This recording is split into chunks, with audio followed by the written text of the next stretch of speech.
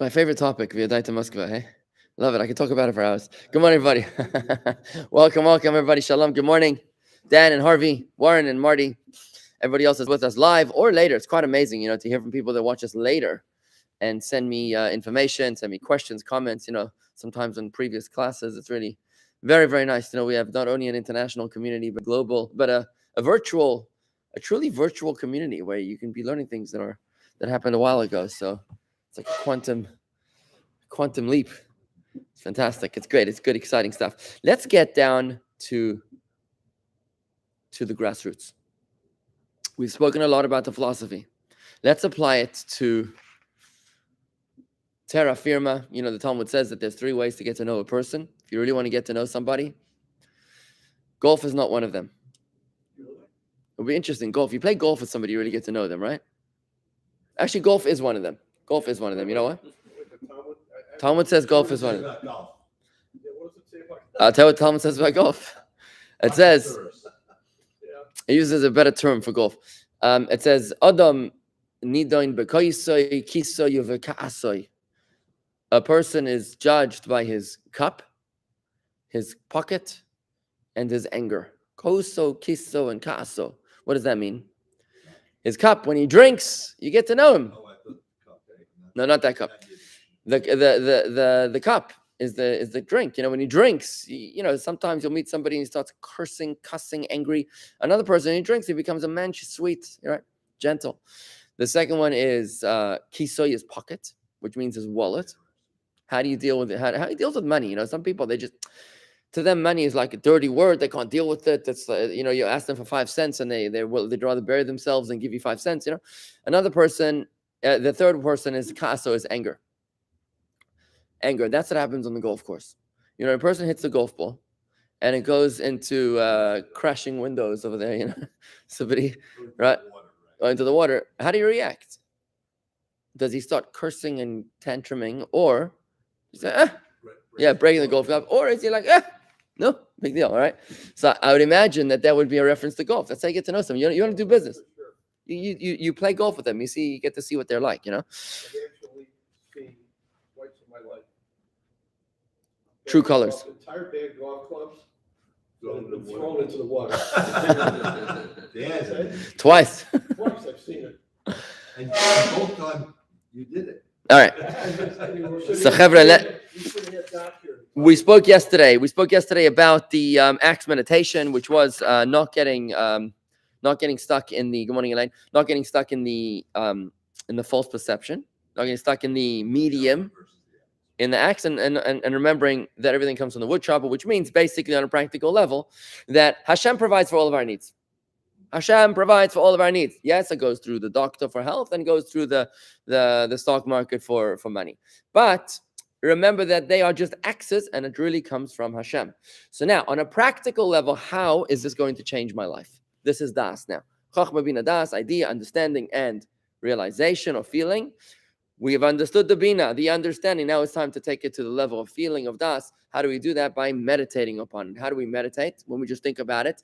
We make it personal. We make it practical. When we think about it on a practical level, it's nice to talk about axes and wood choppers. It's nice to talk about Mother Nature and science with a capital S. But when you talk about my money, it gets a little bit more personal, right? When you speak about your own income, right? Your own money. So that's what we're going to do today in our application of the axe meditation. Here. Yeah, we're at 37-ish. So I'm just trying to figure out where to go. Here, I think it's great in the words of the Rebbe Rashab. We'll do a lot of reading today. We'll just do it in the words of the Rebbe Rashab today. I've done a lot of talking. Oh, yeah, sorry about that. I've done a lot of talking, right? So let's read this in the words of the Rebbe Rashab, middle page 37, if you have the book. If you don't, just follow along with the Rebbe's talking. Elaine, I'm on page 37, middle of the page. Corey. Avos Yisrael. Corey's applying it to Avos Yisrael, which is loving of your fellow Jew. To remember that your fellow Jew at his core is a godly soul, a piece of Hashem, a piece of infinity. And they just express themselves through a body. And that body can be, it could be big or small, tall or short, fat or thin, rich or poor.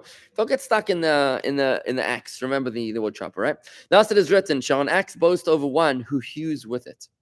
Although trees are hewn with an axe, the one responsible is the man who does the hewing and not the axe. Did we do this yesterday? I think we did, right? We did. Let's go further. So middle of 38 then.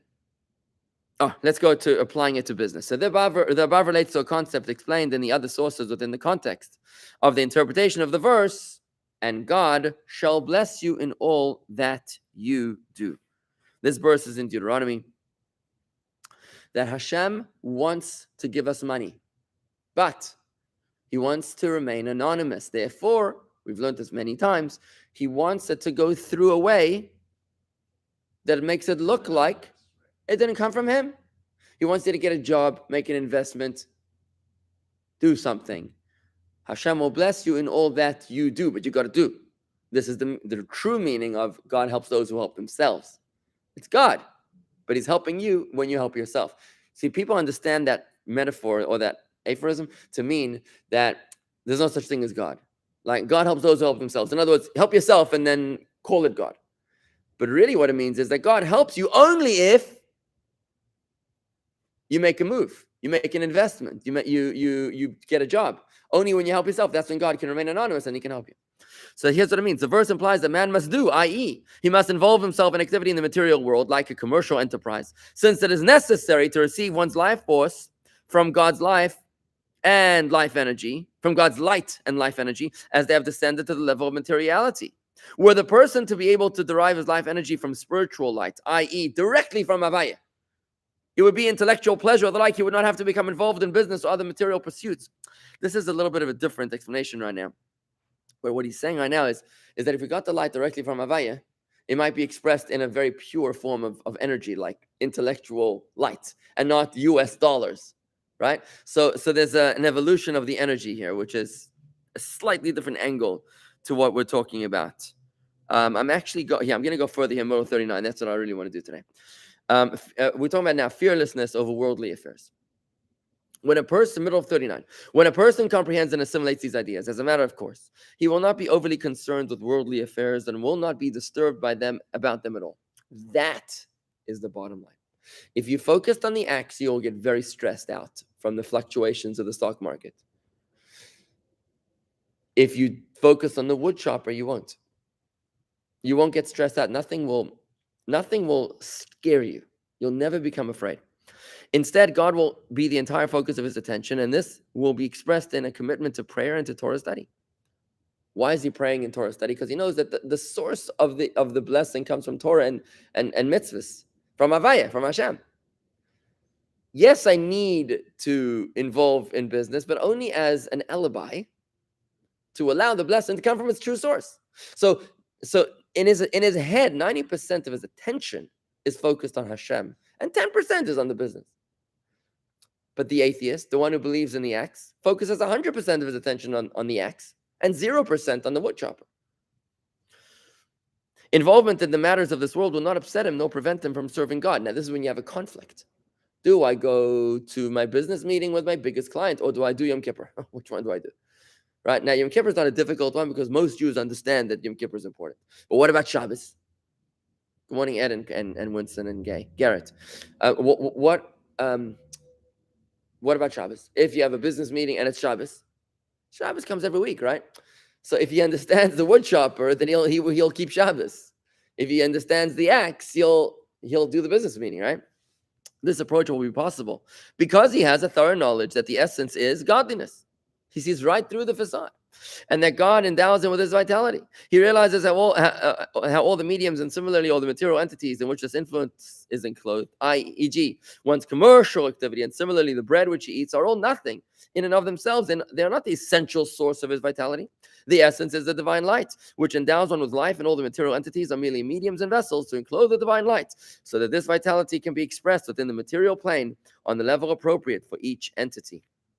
Therefore, since a person realizes that material affairs are not a fundamental concern, it is inconceivable that they will disturb him and prevent him from concentrating on prayer and Torah study.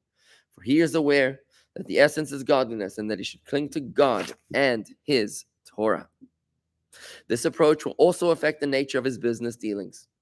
When it comes to business, are you going to lie, deceive, backstab, slander, gossip, all prohibitions in order to get ahead? Or are you going to do your business in a way that is consistent with all the laws of Torah?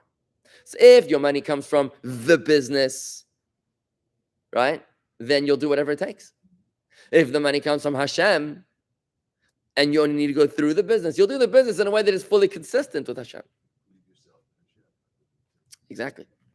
This approach will also affect the nature of his business dealings. He will not employ craftiness, nor will he be over involved in his business to the extent that it prevents him from occupying himself with Torah study and prayer at the opportune times. On the contrary, he will seek involvement in an appropriate level of commercial activity, which will not prevent or hamper him from praying at the proper time or studying Torah every day. And he will trust God who endows him with vitality to grant his livelihood, as it is written, for it is he who grants you the power to prosper.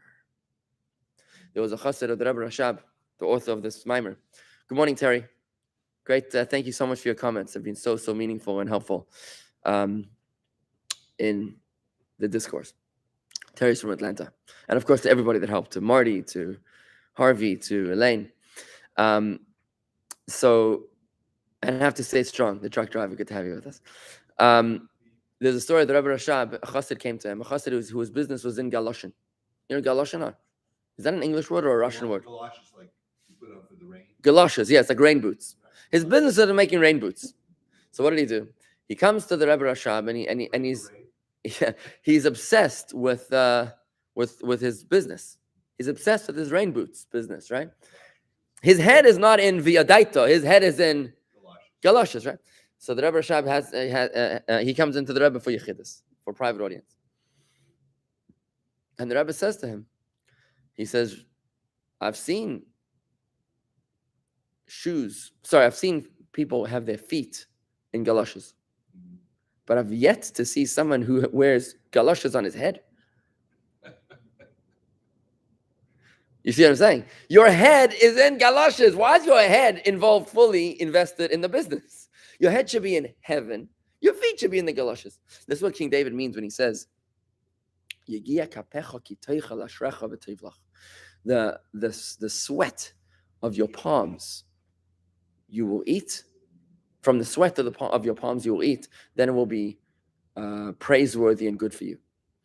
It's in Psalms. King David's Psalms. What he means is like this. He doesn't say the sweat of your head and your heart you should eat. You should eat from the sweat of your brow. What he means is the sweat of your palms. We only do business with our hands and our feet. Heart and head, our highest faculties, we reserve that for Hashem. That's what King David is telling us in Psalms. It's the sweat of our hands, the sweat of our palms that we put into business. But our head and our heart always remains connected to Hashem. Heaven forbid, if somebody's head and heart is invested in his business, then what have you got left for Hashem? We have nothing else, right? Some people, they have their head and their heart in business, and maybe they'll have their hand in Hashem. They'll give tzedakah. Or their feet, they'll come to shul once in a while. Okay, so they come to shul with their feet, or they'll daven with their lips, just lips, lip service, no heart and head, no meditation, no feeling, right? Just lips. That's better than nothing. Let's not put that away. The hands for tzedakah and the feet and the lips is better than nothing. But let's get this straight. The way you're supposed to be conscious is vertical, where your head and heart are higher than your hands and your feet. But otherwise, you're literally topsy-turvy. You're walking with you're upside down. Your head and your heart is involved in business, and your feet, they're like involved in Hashem. You go to shul with your feet, right? That's not a healthy way to live. You're upside down. You're going to get a head rush, right? That's what King David is telling us. It's pretty profound wisdom, right? Surely such a perspective will cause a person to show careful concern for his soul and make sure that he conducts his business dealings without the slightest violation of Torah law. Since he knows that his commercial activity is merely a medium and a vessel in which the divine light and life energy, which grants him life, is enclosed, he appreciates how it must be a vessel which is worthy of the divine light. And if there's the slightest trace of a violation or of a prohibition, heaven forbid, in one's dealings, they are not a fit vessel for the light.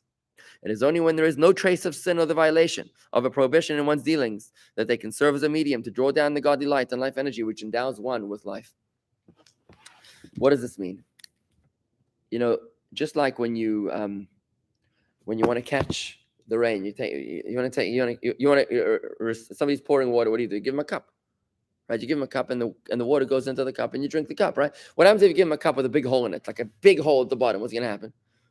What kind of vessel is that? I mean, how are you going to drink it? How about it's got a little baby hole at the bottom? You drink it. It's annoying. You'll get dirty, but you could probably drink still. Yeah, but it's just confusing. Same thing is, we're looking for a blessing for Hashem, from Hashem. We want Hashem to bless us. What do? We create a vessel to receive the light or the nurture or the blessing from Hashem. So we put out, what do? We create a business. Say, Hashem will bless you in all that you do, right? So we make a business. I opened the Chabad house. I opened a company. I bought a field, right? Whatever it is. You bought something, right? But what do you do with that business? It's run on you charging interest to your fellow Jews. You're not paying your wages on time. You're stealing from who knows where, right? You're doing all these violations. These are all little holes in your cup. So when Hashem gives you the blessing, what's going to happen?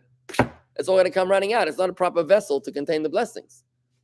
When people say about Shabbos, I want to work on Shabbos. Why do you want to work on Shabbos? Because I make money on Shabbos. It's the biggest day of business for whatever industry that might be. So he says, look, I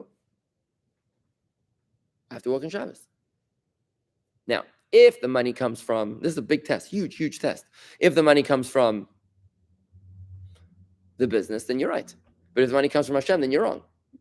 So an analogy my father used to share, still shares, of somebody who works in Shabbos is like this. He's like, God decides on Rosh Hashanah and Kippur how much money you're going to make this year. He gives you your allotment, allocation, right? 8 digits for money up. Here it is, right? U.S. currency, right? You're welcome. So he decides, $97 million are going to go to money up, right? So what happens? So what happens? So you have this comes to you throughout the year, right? So when you work in Shabbos, then the way my father says is that like a samovar, you have like a little spout to take the hot water out, right? So what you do is you add another spout. You have 6 spouts, 6 days a week, you get 6 spouts. So what you do is just add another spout. That's the same money, the same allocation from Hashem, because the money comes from Hashem. But you just have another allocation for it. It comes, another conduit from the same bucket. You're not making more money. You're just getting it out. It's just diluting it, right?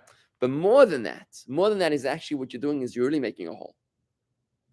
You're really making a hole because by working on Shabbos, you are literally biting the hand that feeds you. You're saying, Hashem, I don't care what you think. So you insult Hashem. Hashem says, okay, you guys doesn't want me. So Hashem turns around and he goes to give his 8 digits to someone else, right? You see what I'm saying? See what you're actually doing is you're making a hole. You're working on Shabbos, you're actually making a hole. So that's why it's so important to make sure that your vessel is complete. Holy, not holy. Is that the right pronunciation? Holy, not holy. How do you spell holy? They're both. No, H-O-L. E-Y. It's an E-Y. They're both spelled the same. No, but I think with a hole is Holy. H-O-L-E-Y. Is that a real word? Elaine could tell me. Elaine, is holy a real word? H-O-L-E-Y. If something has holes, is it a holy vessel or a holy vessel? This is good stuff, hey? Holy or holy? Okay, good. Holy moly. Oh, so you want your in order for a vessel to be whole, in order for a vessel to be holy, H-O-L-Y, it needs to be holy, W-H-O-L-L-Y. I think it's 2 L's. It needs to be whole. If it's whole, that's when it's holy. But if it's got a hole, if it's got a hole, it's not holy. Or if it's not holy, it's got a hole. And then it's not holy or holy. Because it's holy. All right, guys, that's confusing. So Elaine says yes. Elaine says it is a word. H-O-L-E-Y. Thank you, Elaine. And Elaine is very good at this. Garrett J. But I'm guessing it doesn't mean we shouldn't mind to be smart in our business dealings. No. It doesn't mean that at all. You are correct. You are correct, Garrett. Holy equals having holes, says Garrett. Holey has a having holes. Wholly is used as an adjective, not a noun. Okay. But back to Garrett. He's saying, does this mean that you shouldn't try to be smart in your business dealing? So you're a realtor, right? Does that mean I'm a realtor? Okay, I'm a realtor and I'm going to sit at home watching football all day, and I'm going to put my business card on my, on my lawn. Maybe somebody will come to me. No, that's not a good idea. No, because God will bless you in all that you do. You got to go out and kill something and bring it home, and that's when Hashem blesses that action. So you got to go out and think very creatively and out of the box and do what you have to do. But remember, it's only the work of your palms, because your head is reserved for Hashem. You got to work and work hard. But you're working hard not because the business is giving you success. You're working hard because you're making a great alibi, a big alibi, for Hashem to bless you in a big way. Okay? Good. So, yeah, go ahead. We've talked about this a long time ago about not charging interest. Bankers who are Jewish and they charge interest. And I know That's not okay to charge interest to fellow Jews. Well, you have a document. Oh, heter iska. Heter iska, yeah. Goes around doing it, and that way you can do it. It's always confusing because there's a lot of Jewish money lenders. And it's not just to. Look, if there's a Jewish money lenders, it's not really their fault. Because in the Middle Ages, the Jews were persecuted. They were not allowed to own real estate, and they were not allowed to have a profession. So how do you make money without either one of those, without real estate or having a profession? They created a profession. They became bankers, right? And they were lending to Gentiles. I know Jewish bankers that will not lend to Jews because their whole business is made on interest. And they actually, I don't know how this works, but they'll actually cancel out loans. They'll reject loans to Jews. They don't want to do it. That's their business, and they can lend to Gentiles with interest, but they can't lend to Jews with interest. And it's a big biblical violation, so they don't want to do it. Do they put a questionnaire? Are you Jewish? I don't know how they will figure it out. I'm not sure they figure it out. But the fact is, look, if somebody is charging interest, Marty, if somebody's charging interest to a fellow Jew, he's got one heck of a big hole at the bottom of his bank account. And you're playing with fire. The guy's literally playing with fire. So be smart about it. Don't be a fool, right? The Jewish banks that do, so I'm just going to plug this in. The Jewish banks that do a heter iska, which means that they have a special deal with, sorry, 1 second. We think the whole garment industry is very Jewish, and yet people who are factors in the garment industry are buying the accounts receivable. Look, I don't know the industries, but what I do know is that you're not allowed to charge interest, and you got to figure it out in your own industry. If you're charging interest to a fellow Jew, you're playing with fire. You're playing with fire because you're going to make money today and tomorrow, but God forbid it might come out in some sort of terrible illness or some sort of horrible, lawsuit or something. You don't want to mess this stuff. The Torah is very, very clear. You mess with my children, Hashem says, I'll mess with you. Yeah. So you don't want to go there. I mean, highly, highly discouraged. That's not a good business practice. Let me just think about it, where to go now, because I am trying to figure out an ending to this discourse. The question is, should we? Oh, it doesn't have to end. Okay, so look, here's what I think I'm going to do. I think I'm just going to go just a little further for today. I'm going to try to just cover a little bit more ground, just to be able to really do a davar shalom, a complete entity. Might take like 3 or 4 more sessions, and we'll wrap it up and we'll take it home. All right. So let me just try to cover a little bit more ground. We're going to tie it now back into the analog. Or we've been talking about money, but we're going to go back to the analog, which is Havai Velakim. Money was the metaphor to help us understand reality, which is Havai and Elokim. But what's interesting is that is it life imitating art, or is it art imitating life? Which is a metaphor for which? Is Havai Velakim a metaphor to how we should live our lives? Or is how we should live our lives a metaphor to reality, which is how Hashem creates and hides himself? Do you see what I'm saying? So now we're going to toggle back now. Just to see it from the other perspective. It's the same thing. We know this well now, but we're just going to go from the other perspective. Such an approach is dependent on this approach of how you deal with your money. And it's a very important conversation, this whole thing about interest. It's like, for the rabbi to get up and make a sermon, Jews shouldn't charge interest. All right, Rabbi, thank you very much, Thank you very much. But when you understand where this is coming from, as the scholars of the Jewish community understanding the Maamar of Veyodayta, you realize you're only hurting yourself. Don't do the rabbi any favors. You know what I mean? You're only hurting yourself and violating your own, or biting the hand that feeds you. Do you want to be successful or not? Right? Your call. So, and by the way, if you do need to charge interest, there is a way.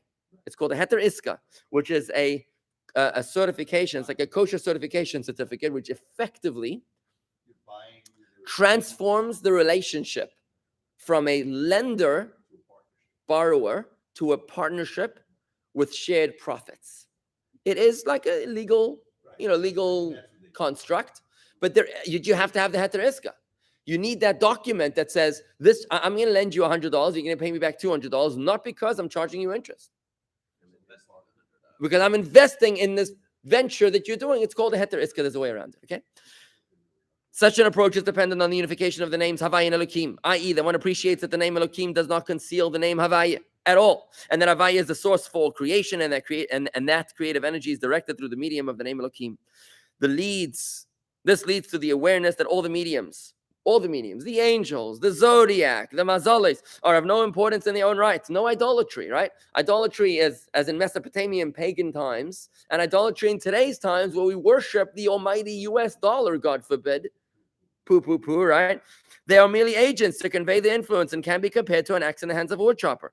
Similarly, all material entities are merely vessels in which divine power is enclosed, and therefore they should not be at all considered of fundamental importance. What is of fundamental importance is the divine power, which is conveyed through them. Therefore, the person should apply himself and make efforts to ensure that his business is conducted as befits a vessel which receives godly light. Hence, he will not employ craftiness, nor will he become over-involved in his affairs.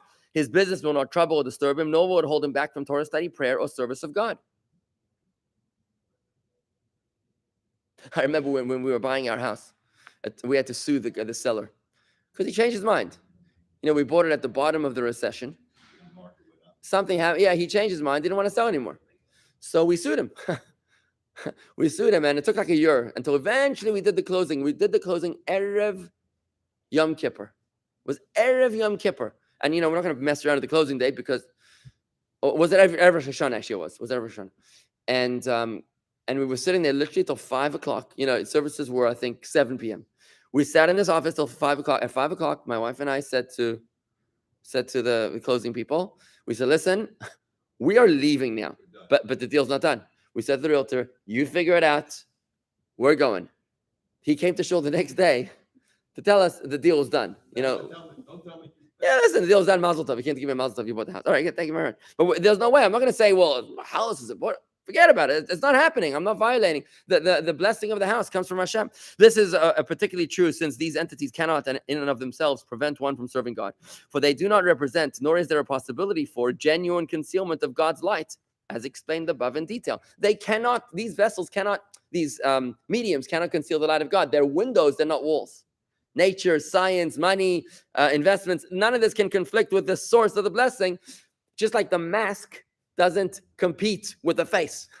The mask does whatever I want it to. On, off, in, out, blue, yellow, right? It doesn't fight with me. It does whatever I want it to, right? On the contrary, the function of all these mediums is to convey the godly influence to a lower level. How could they prevent one from serving God? The purpose of these mediums is just to bring the blessings to you. I think that for us, Veyodayta Moskva really is very relevant in the past 2 years that we've been wearing masks. The pandemic started Purim time. We all wore masks for Purim, and we never took them off, right? These masks, we have to remember, it's this meditation. We have to remember, maybe Hashem was giving us a final meditation before the coming of Mashiach to realize the masks are coming off, right? When this pandemic ends, the masks are coming off, and Hashem's glory will be revealed. Havaya's glory will be revealed without limitation. It is only a person with underdeveloped knowledge who is bound to superficial things, Klippa, right? Who will forget godliness and consider the physical entities to be important and give himself over to them.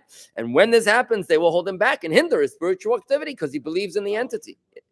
It's exactly idolatry. But when he focuses his mind and heart on the oneness of God, realizing that it is he alone who grants you the power to prosper, that all the mediums are merely pathways for divine influence, pathways for divine influence, and that God is of fundamental importance, then no factor, whether internal or external, will hold him back or hinder him. He will cling to God alone. His involvement in his business dealings will involve only the superficial dimensions of his own will. Indeed, he will seek such activity only because, why do you go to work? Only because, as explained above, within the context of the verse, and your God will bless you in all that you do. And Havaya Elokecha will bless you in all that you do. He tells us why in the name of God. Havaya wants to bless you, but he wants to do it through a medium of Elokim. So, what's your Elokim? You want healing? Did you go to a doctor?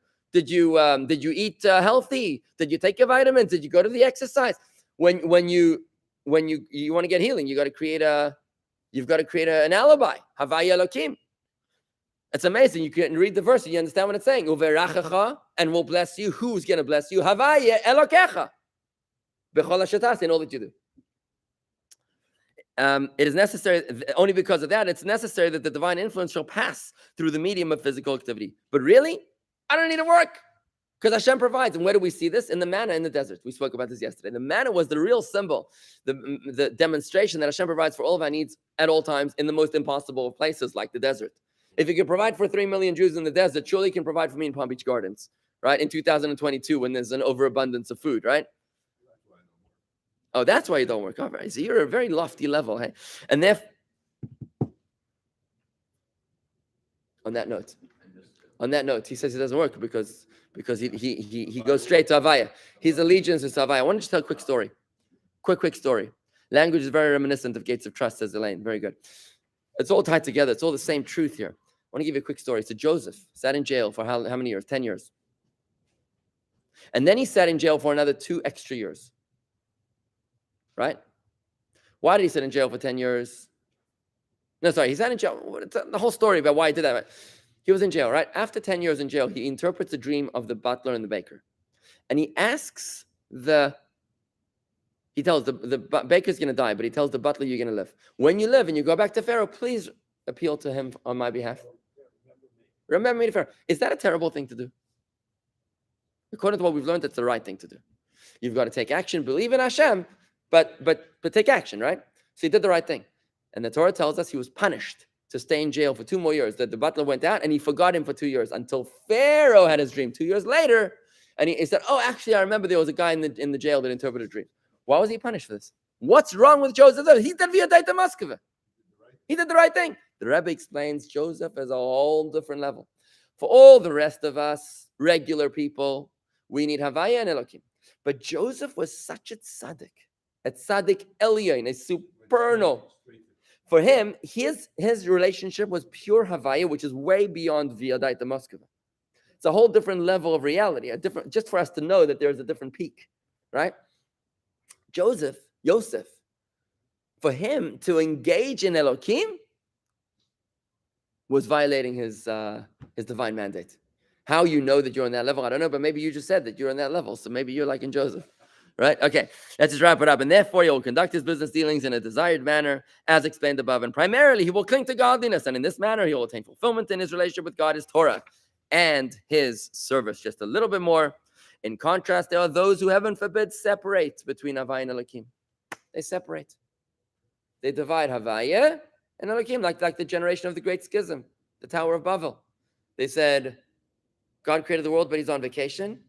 And he left it into the hands of the lieutenants, into the hands of nature and science, who think that the name Elokim truly does conceal the name Havaya. Heaven forbid. And that all events which occur within the world stem from the name Elokim in its own right. It follows that they also consider the mediums of primary concern, viewing them as a source of their vitalizing influence. And therefore, their allegiance is with... It's all science and Mother Nature. I'm going to do whatever it takes to survive. We got to build a city. We got to work on Shabbos. We've got to charge interest. We got to do whatever it takes to survive. Think about the Jews that came to Ellis Island. I mean, how hard that must have been, hey? How hard that must have been, right? All of our ancestors. They came to Ellis Island. They talk about the tefillin that were thrown overboard. They came to America. They came to America with such tests. They were told, if you don't work on Shabbos, you don't have a job on Monday. Sunday was off, right? In those days. Everybody was off Sunday, but Saturday was regular work day, right? I don't know. So what happened was, they were told, you don't come you don't come to work on Saturday. Don't give me any baba maisis. The Jewish boss told him, you better come on Saturday like everybody else. This is America. This ain't the shtetl of Europe, right? And if you don't come back on Sunday, you don't bother coming back on Monday. And losing a job then meant you didn't have what to eat, right? So that was a tremendous test that our ancestors have faced. So tragically, many of them succumbed, and they did lose their spiritual connection to the point that their children and us, their grandchildren, feel like we're secular Jews, whatever that means. For us, to late tefillin is like an impossible thing. Right? We feel more American than Jewish, right? But really, we got to remember our core. Our grandparents were tested terribly tested. We're tested too, but probably not as badly as them. To describe this approach, I just want to say in their benefit, in their favor, I mean, to think of the struggle that they face is almost impossible. There's actually a great story of a girl that came from Poland. Her parents sent her from Poland. She was like the only kid they could afford to send to America, where she was taken in by a relative and lived in a tenement and given a job at a seamstress or something. And she was forced to work on Shabbos. The first Shabbos, she's sick. The second Shabbos, she has a stomach ache. The third Shabbos, she's got a toothache. The fourth Shabbos, the guy tells her on Friday, listen, no more. You don't come this Saturday, don't bother coming back. She couldn't bring herself to go. Her name was Rose. And she didn't go. She knew that this is the end. She didn't know what she's going to do. But she sat on a park bench singing Shabbos songs to herself, reminiscing about her father, because her father's last words to her in Poland at the pier were more than the Jews protect the Shabbos. That was his parting words to her. It's a true story. So she couldn't. That as she walks back to nowhere, thinking, because even her family would up. So she's kind of walking aimlessly through the streets when her cousin runs into her. And he says, Rose, are you okay? She says, no. I didn't go to work. I don't know what I'm going to do. Tells her there was a fire. The Triangle Shirtwaist Factory fire. It's a true story. It's a true story. And she survived the fire because she wasn't there. It was on a Saturday. She wasn't there. The blessing comes from Havaya. That's it. Right? So it's an amazing story. So just to wrap it up, last paragraph, to describe this approach, one can borrow the verse, Havaya has forsaken the earth. Who said Havaya has forsaken the earth? That was the generation of Tower of Babel. Right? The tower of the generation of the conflict, of the schism. They say that God does not manifest direct influence over this earth. Instead, the influence on this material plane comes from the mazoles, the zodiac, who endow this earth with influence by their own power. And because such a person sees these mediums as genuine sources of influence, he considers them as important. This in turn leads him to consider the material entities as likewise important. This evolves into taking your money too seriously and your doctor too seriously, and involving himself with totally, using his full power and capacity in order to increase his wealth. When a doctor tells you there's no hope, how do you react? God forbid, you should never hear those words. But how do you react? So somebody who believes in nature exclusively says has a heart attack. And somebody who doesn't says, doctor, thank you, but no thank you. Exactly, I'll go to another doctor. I told you that story. We saw it in the video, right? This is the source of the worship of the stars and the mazolis. This is where idolatry began, with this very interesting mindset, which we're very close, we're constantly teetering on its brink to be able to become idolaters all the time, right? So instead of us dismissing them as like just fools for serving idols, we realize, you know what, they were onto something. In previous generations, people would bow down to them because they consider them important entities and sources of influence. And with that, folks, we're going to wrap it up for today. So I thank you all for joining me today. We're very, very close to finishing. Shkoyach, and thank you very much, everybody, for being with me. Appreciate it very much. Take care.